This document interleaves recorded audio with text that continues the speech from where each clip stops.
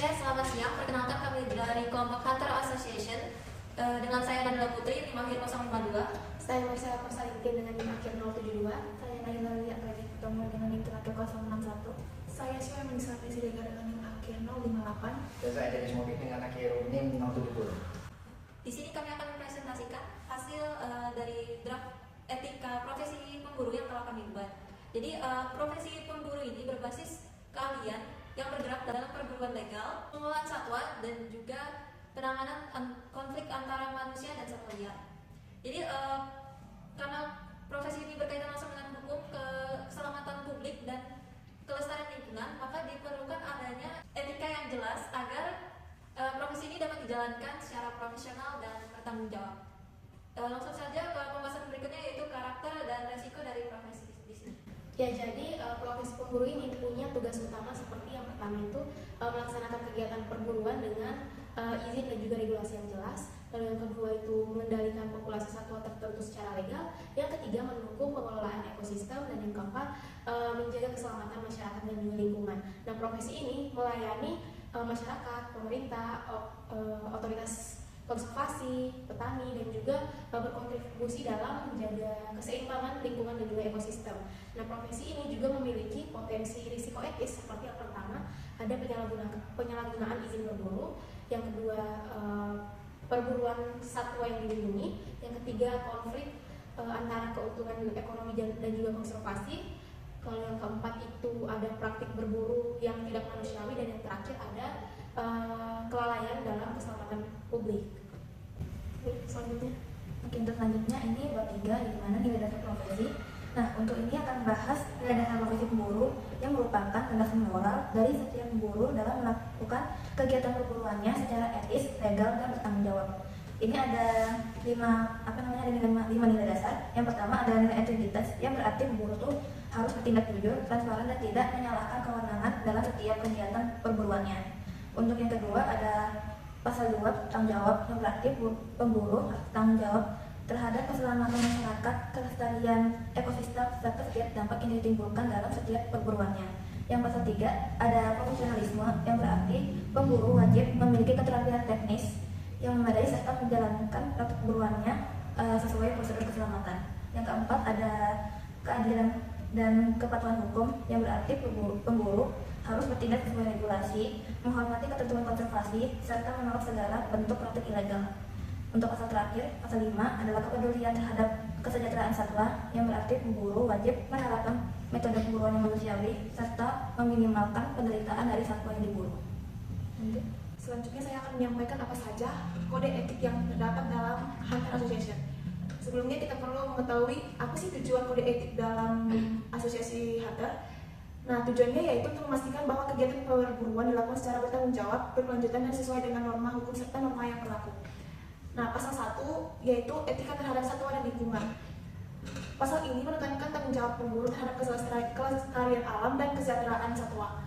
Ayat 1 yaitu pemburu wajib mematuhi seluruh peraturan konservasi dan perizinan yang berlaku. Artinya setiap aktivitas perburuan harus mengikuti sesuai hukum yang ada. Pasal 2 ayat 2, perburuan hanya boleh memburu spesies yang diizinkan pada musim yang sah. Hal ini penting untuk menjaga keseimbangan ekosistem, populasi satwa, dan mencegah kepunahan. Ayat 3, pemburu wajib menerapkan prinsip perburuan etis yang meminimalkan penderitaan satwa. Ini berarti penggunaan metode yang tepat dan tidak menyiksa hewan buruan. Ayat 4, pemburu harus menjaga kelestarian habitat dan tidak merusak ekosistem. Perburuan tidak boleh merusak hutan, sumber air, maupun rantai makanan alami. Pasal 2 yaitu etika terhadap hukum dan negara. Nah, pasal ini membahas kepatuhan terhadap hukum dan negara. Ayat 1 yaitu pemburu wajib memiliki izin resmi sebelum melakukan kegiatan perburuan. Tanpa izin, aktivitas tersebut dianggap ilegal. Ayat 2, pemburu harus melaporkan hasil perburuan sesuai prosedur yang berlaku. Pelaporan ini penting untuk pengawasan populasi satwa dan evaluasi kebijakan konservasi. Ayat 3, pemburu wajib menolak dan tidak terlibat dalam perburuan ilegal atau perdagangan satwa dilindungi. Ini menunjukkan komitmen moral dan hukum dalam menjaga kekayaan hayati negara. Pasal ketiga yaitu etika terhadap masyarakat dan pengguna jasa. Nah, pasal ini menekankan hubungan pemburu dengan masyarakat. Ayat 1, pemburu harus menjaga keselamatan masyarakat dengan menerapkan standar keamanan penggunaan senjata. Keselamatan publik adalah prioritas utama. Ayat 2, pemburu wajib menghormati hak masyarakat, adat, dan pemilik tanah.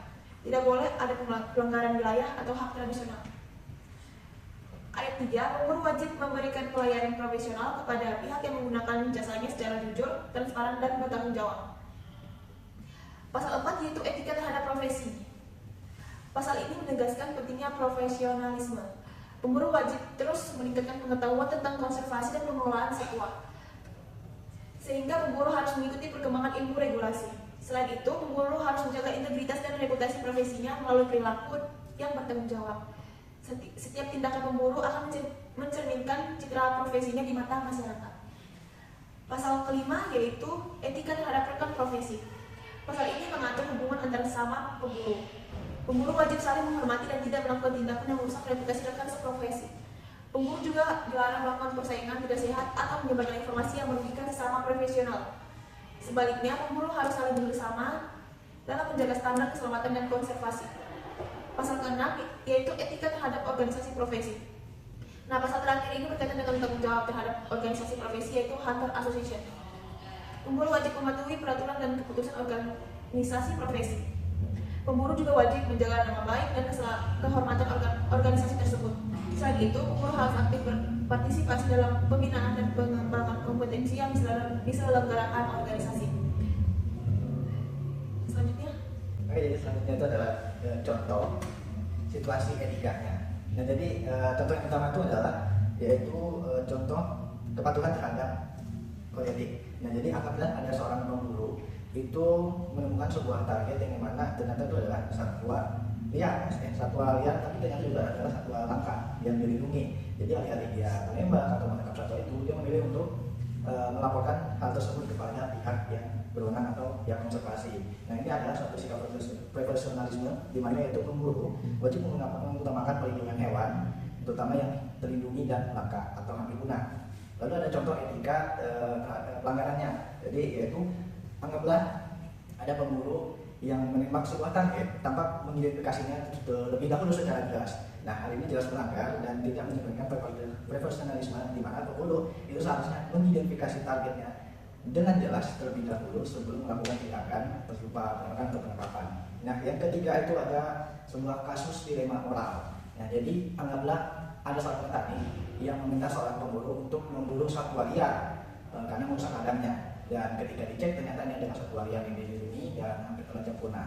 Nah, jadi sikap profesionalisme yang bisa diambil itu pertama ya harusnya itu menolak dulu tawaran yang mana ini sebenarnya merupakan tindakan ilegal dan menghubungi atau mengkoordinasi pihak berwenang atau melakukan pengusiran secara tanpa kekerasan. Oke, mungkin aja.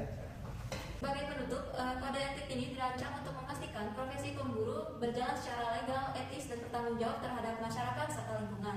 Dengan berlandaskan nilai integritas, tanggung jawab, dan kepatuhan hukum yang sudah disebutkan tadi, profesi ini diharapkan mampu menjaga keseimbangan antara kebutuhan manusia dan juga kelestarian ekosistem.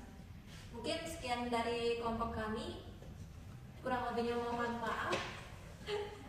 Terima kasih. Salam dari Hunter Association. Ini satwa liar.